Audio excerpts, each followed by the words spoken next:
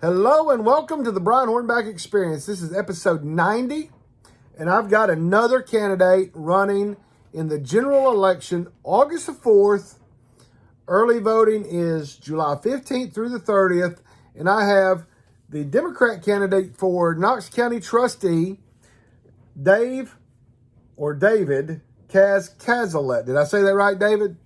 Yes, sir. All right. So, I've already seen your yard signs. They're green and white. Well, they're green and black. They say Dave, and they emphasize Caz, C-A-Z. Right. I'm assuming that was... That would be easy for Knoxvillians to remember. Right, and I'm assuming that right, that's kind of a play on your last name being Cazalet, right? So you're a federal grant developer. You've worked at, are you still at Mississippi State as the director of grants? No, I retired 2017, I think. Okay, cool.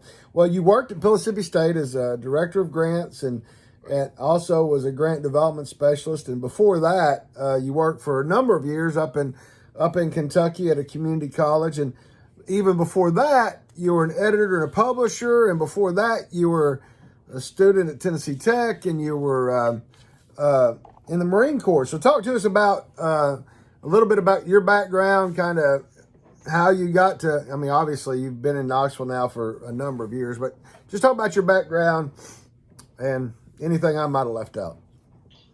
Well, I met my wife, Nancy, who was born in Knoxville, in Atlanta, while I was in the Marine Corps. Wow. A blind date.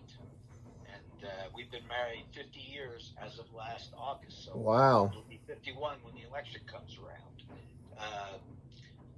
I was in the Marine Corps at the time. I was stationed up in Massachusetts. When I got out, we came back, and as you said, we went to Tennessee Tech. Three of our four children were born in Cookeville. Oh, wow. And, then I took a job as the editor and publisher of a newspaper out in Kansas, and our fourth child was born there. Let's see. Between myself, my two sons, my daughter-in-law, and my son-in-law, we have 60 years of military service among us. Wow.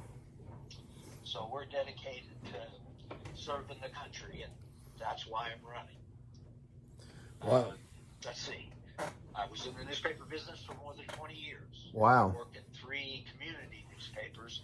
I started out at the Cookeville Herald Citizen while I was going to college, and worked my way up from super paper boy to advertising manager. Wow. Then they offered me the job to be the editor and publisher of the Hiawatha Daily World in northeast Kansas. So we were there for 5 years, came back to Tennessee. I ran the Sweetwater, Monroe County Advocate for 5 years. Wow. And then I went to to Kentucky, as you said, and I was the publisher of the Russell County News. So I got the Times Journal, I'm sorry. And while I was there, I got sued for libel for $3 million, which was an interesting situation. Wow, I didn't get sued for $3 million, but I've survived. I've survived a libel slander suit as a 17-year blogger. I got sued in 2013, and I got summary judgment in 2015. So how did your libel and slander suit go? Well, there was a lot of home cooking there in little Russell County, Kentucky. Oh, of course. The jury awarded the county judge $1 million. No way. Wow. And so after we got out of Russell County, we went to the Kentucky Court of Appeals, and they said if this was the law, if this was the law, Bill Clinton would own Rush Limbaugh. They overturned it. Okay, good. But my friends thought they were rich, so they appealed it to the Kentucky Supreme Court, and they lost there. And then they appealed it to the U.S. Supreme Court, and they lost there. Wow. Yeah. But after it was all over, it took 7 years. Jeez.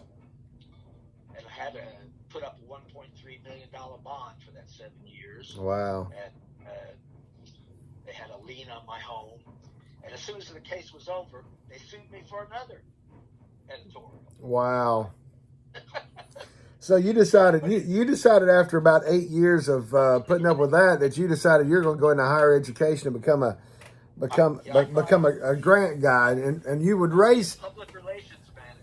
I got hired first as business and community development, which was setting up training classes for industry, and then they made me the public relations director, and I was that for a long time.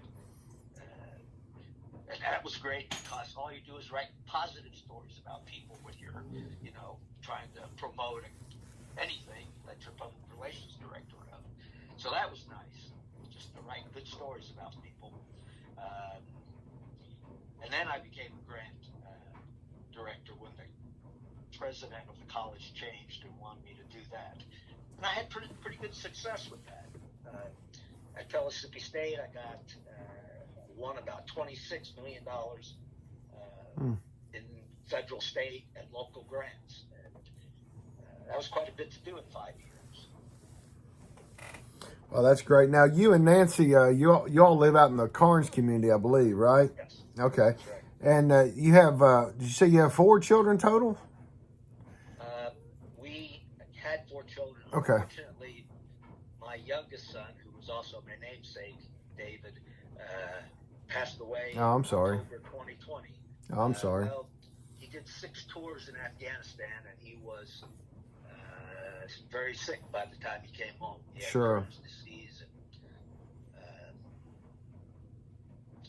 and it was bad. Right. And unfortunately, he died here at our home. Mm. But But now you also have some grandchildren too, right? I do. I have. How many do I have? I have 6. Did I read 6? Yeah. All right. That's right. Cool. Well, that's fantastic. So, are most of your family are they spread out all across the country, or are they right here in Knoxville? Well, I made the mistake of telling them I wanted them to move to vacation areas that I'd like to visit. Did that work? When they grew up. Yeah, one of them lives in Florida. My daughter lives in Florida, and my oldest son lives in Severin, Maryland. Oh, I had an uncle that lived in Severn Chapel, Maryland. He had a horse farm in Severn Chapel, Maryland. So that's interesting. Okay. Just a boat, so. Right. So, right. So you're running for trustee. Ed Schaus has been the trustee for, I guess, 8 to 10 years, I guess. But on your your website is cazfortrustee.com. That's CAZFORTRUSTEE.com. You're also on Facebook and Twitter. We'll give that before it's all over. But on there, you talk about really 3 things, and then you go into a pledge for 3 things. So we'll kind of talk about all 6 of those while we got some time here.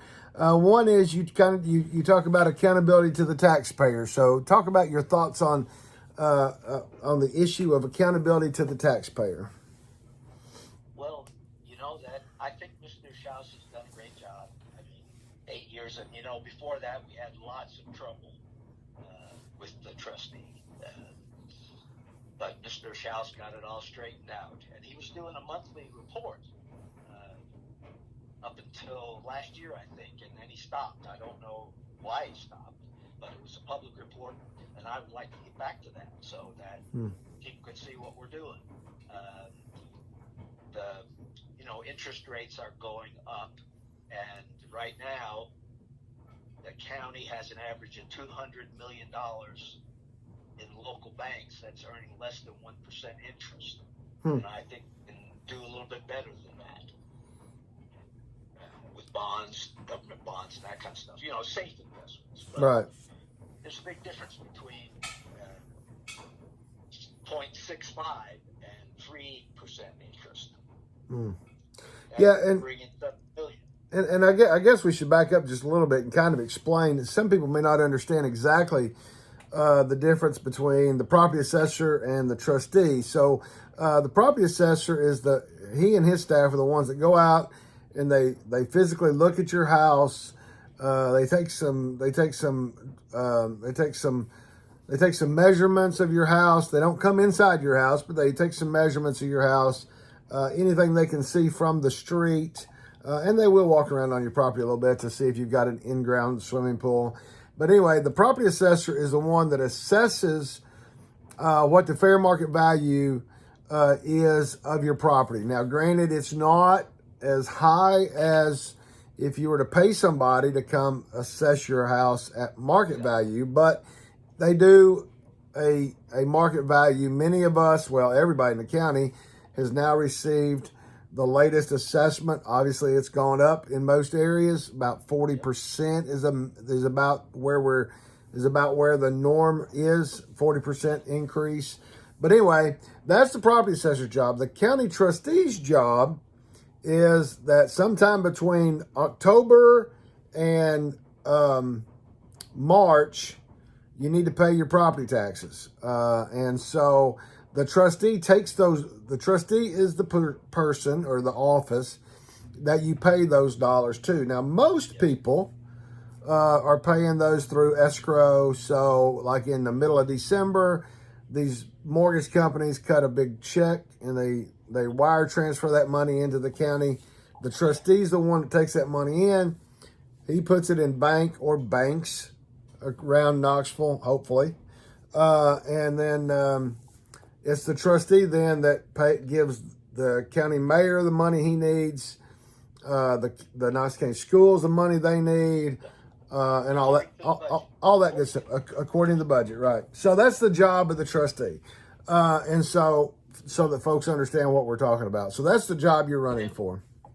The office also gets sales tax from the state and some other fees. Right. So they get about $700 million a year in total money coming in, and then the job is to distribute it according to what the county commission set the budget at. Right. So the trustee is the county's banker. More or less. So that's the job. So we've talked about the accountability of the taxpayer. The other thing you talked about is competence and efficiency. And so talk about that a little bit. I know you've already complimented Mr. Schaus, and I don't know if you've been able to really look to see if there's some efficiencies there or not. And we'll get into that again when we get down and talk about a full review within your first 6 months. But talk about the competency and efficiency of the office of trustee if you're elected as trustee. Well, I have executive experience as the editor and publisher of those newspapers. I had about 30 to 40 employees at all of those places, which is about the same number that we have at the trustee's office. And so, I know how to do that. Whereas my opponent, I think, manages 2 people in the trustee's office. So I think I would be better there.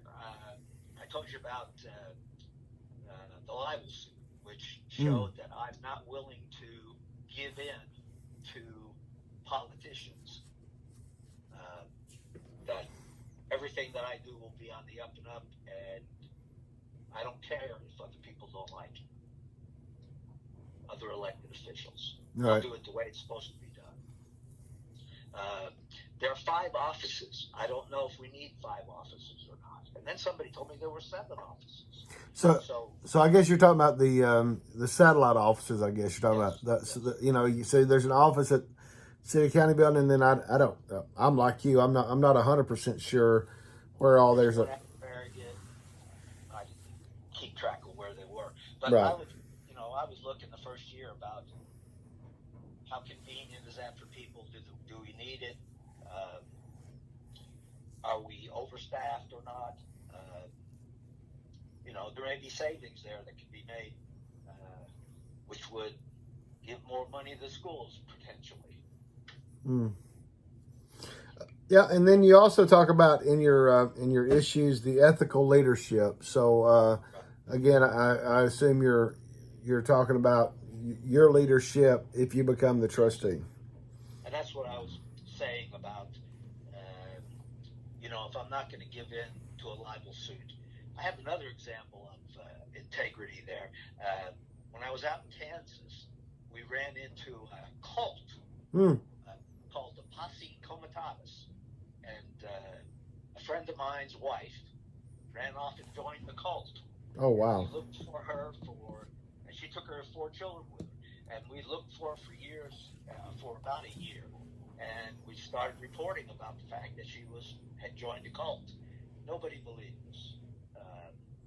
The other media ignored it, and then one day the police arrested a couple of the cult members, and they found 2 dead bodies on the cult compound, a little 6-year-old boy and a 26-year-old man. Oh, no. Then all the media was there. And the leader's name was Mike Ryan, and he spent 35 years on death row in Nebraska, and died of cancer. He never did get executed. Wow.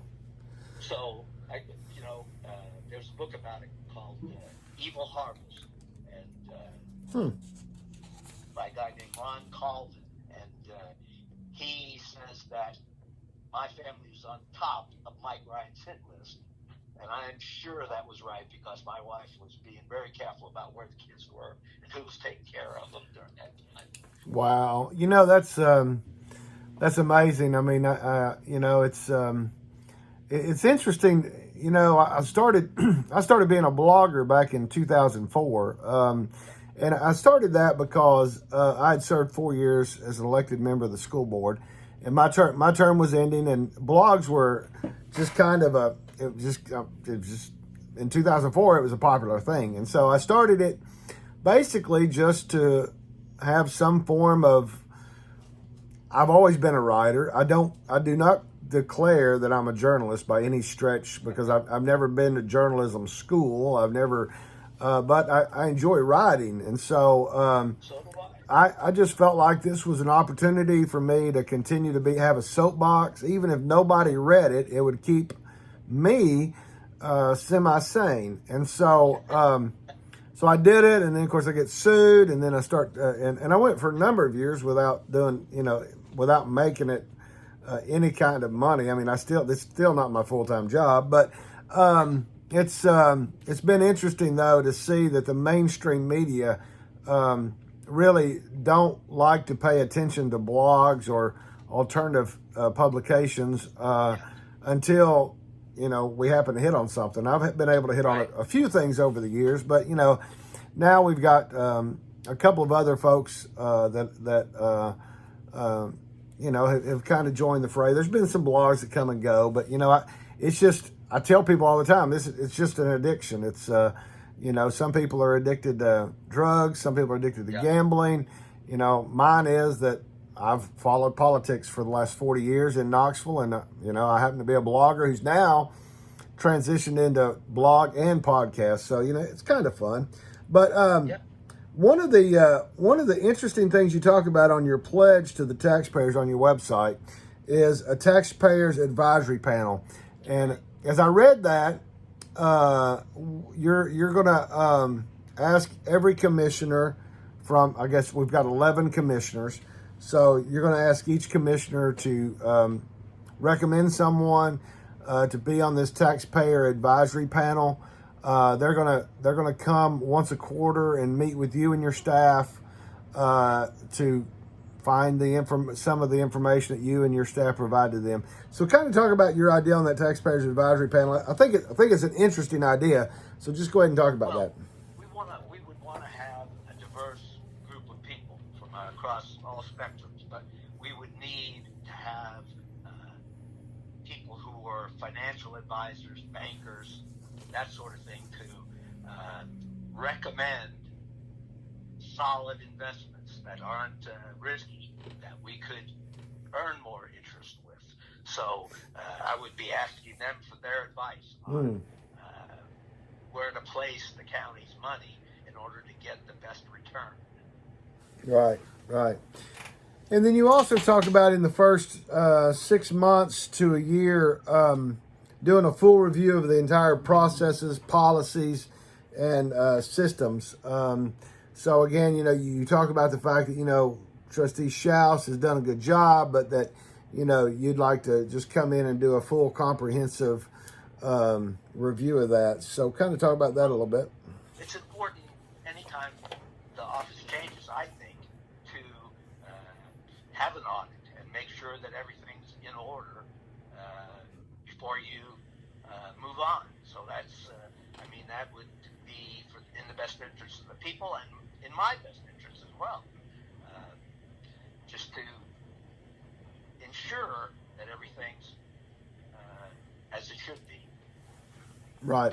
And then the last thing you pledge is to be the most transparent office in the county. So I'm sure that's gonna put all the other office holders on notice that we now have a competition to see who the most transparent office in the courthouse will be for the next 4 to 8 years, right?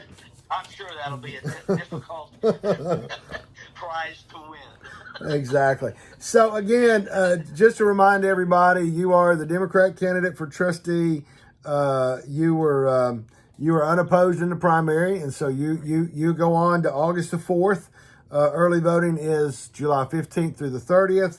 Again, your website is Caz for Trustee, CAZFORTRUSTEE.com.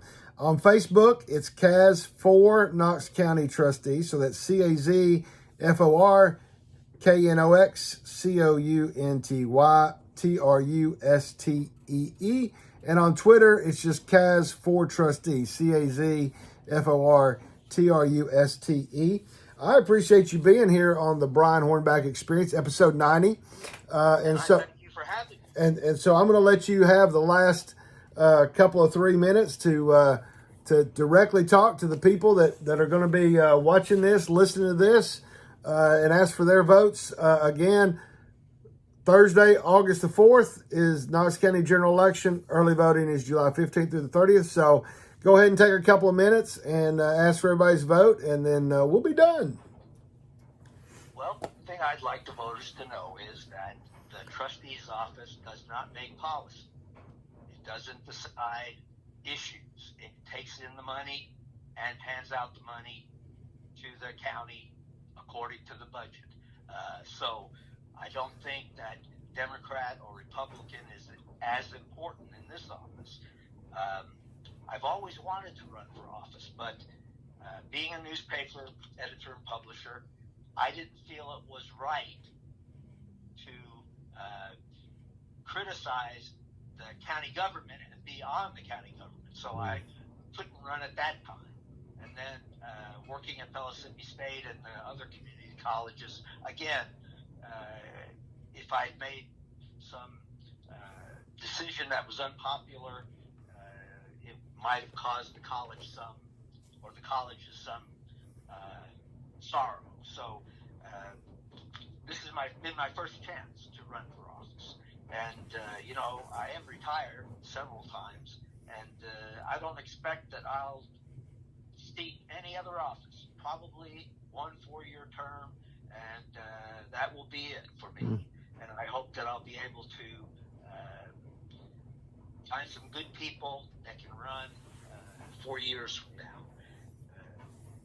Again, I've spent my life trying to be honest and not give in to political pressure, and I think that's a very important trait that everybody needs to consider.